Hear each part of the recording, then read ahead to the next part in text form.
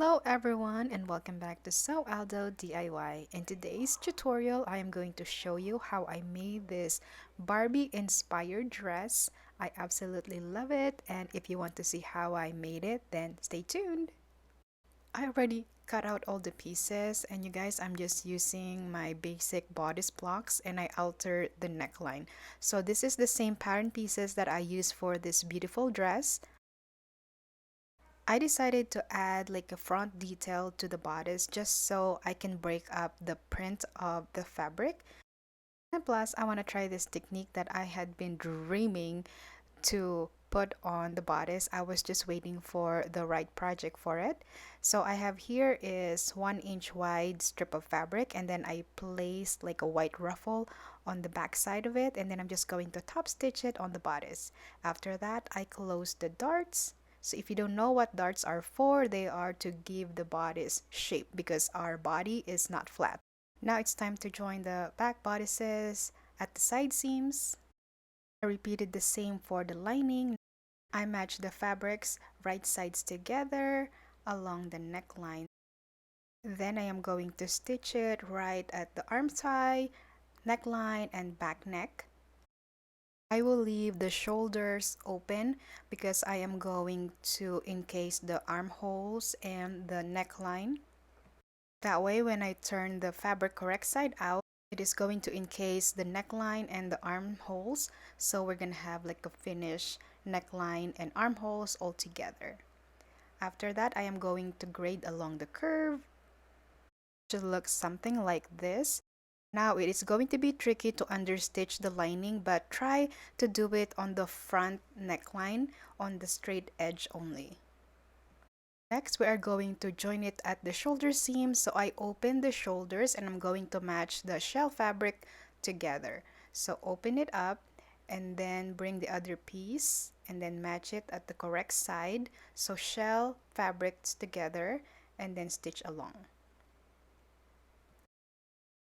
Once that is completed, it's time to tuck in the lining. As you can see, I just kind of fold it in and I'm just going to hand stitch it.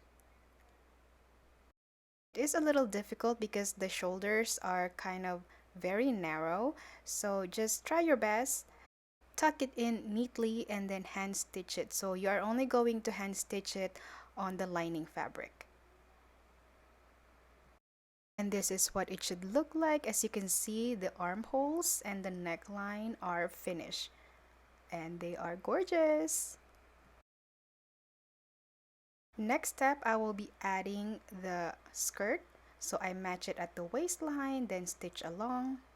And I will repeat the same steps to the lining piece.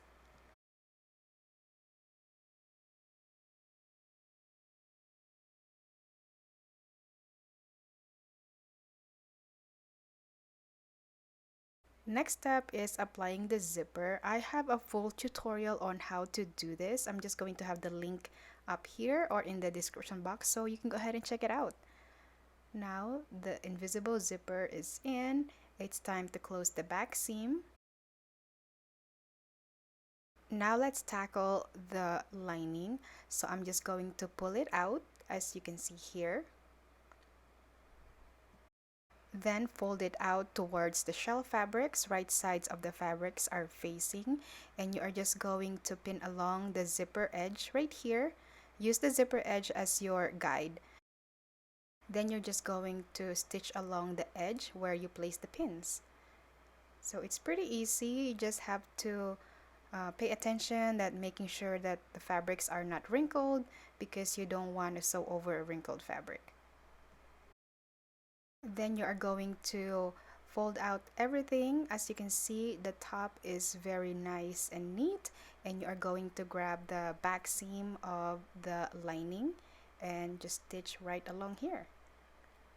And this is the final dress. All I have to do is finish the hemlines and the dress is completed.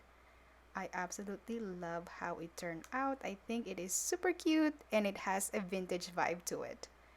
And this is what it looks like. This dress is actually not for me. This is for my eldest daughter. She just let me model it for you guys.